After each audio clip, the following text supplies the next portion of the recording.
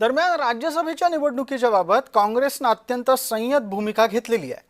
या प्रकरणामध्ये काँग्रेस सध्या तरी पूर्णपणे थांबा आणि वाट पहा याच टोनमध्ये म्हणजेच याच भूमिकेत दिसते आहे। शरद पवार यांचा राज्यसभेतील पाठिंब्याच्या बाबत काँग्रेस प्रस्तावाची प्रतीक्षा करते, कारण आघाडीचे सगळे नेते एकत्र बसून निर्णय घेतील ही त्यांची भूमिका आहे।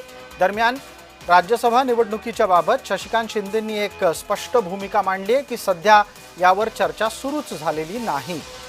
आपण पाहणार आहोत हर्षवर्धन सकपाळ आणि शशिकांत शिंदे काय म्हणाले। विधान परिषदेच्या निवडणुकीमध्ये उद्धवजींनी पुन्हा सभागृहामध्ये महाविकास आघाडीच्या माध्यमातून जावं आणि राज्यसभा जी आहे या राज्यसभेमध्ये काँग्रेसला त्यांनी संधी द्यावी अशा प्रकारची आमची विनंती ही उभाटाला आणि पवार साहेबांच्या राष्ट्रवादीला या दोन्ही पक्षांना आहे। राज्यसभेच्या बाबतीमध्ये जे सांगितलं गेलेलं आहे, अजूनही आमची महाविकास आघाडीचे आम्ही सगळे नेते एकत्र बसलेलो नाही, चर्चा झालेली नाही। परंतु येत्या 2-4 दिवसामध्ये, कारण 26 ते 6 मार्चपर्यंत हा प्रक्रियेचा निवडणूक प्रक्रिया सुरू होणार आहे, फॉर्म भरायची सुरू होणार आहे।